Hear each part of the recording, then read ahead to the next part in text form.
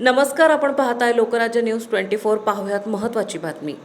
आत्महत्येच्या घटनांमध्ये प्रचंड वाढ झाली आहे। वेगवेगळ्या कारणांवरून अनेक जण टोकाचे निर्णय घेत असल्याचं दिसून येत आहे।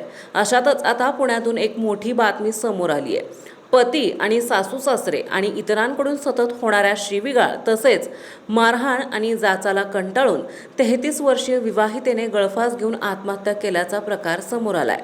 या प्रकरणी पोलिसांनी पतीसह 7 जणांना अटक केली आहे। ही घटना अप्पर बिबेवाडी परिसरात घडली आहे। सुवर्णा सर्जेराव जाधव असे आत्महत्या केलेल्या विवाहितेचं नाव आहे। या प्रकरणी पती सर्जेराव जाधव, सासरे माणिक भाऊ जाधव, सासू जयश्री माणिक जाधव, लक्ष्मी रमाकांत कांबळे, पुष्पा दयानंद लोंढे, रोहन दयानंद लोंढे, अनुराधा माणिक जाधव अशी अटक करण्यात आलेल्यांची नावे आहेत। या प्रकरणी 50 वर्षीय महिलेने बिबेवाडी पोलीस ठाण्यात तक्रार दिली आहे। पोलिसांच्या माहितीनुसार तक्रारदार यांच्या मुलीचा सर्जेराव यांच्याशी 2016 मध्ये विवाह झाला होता।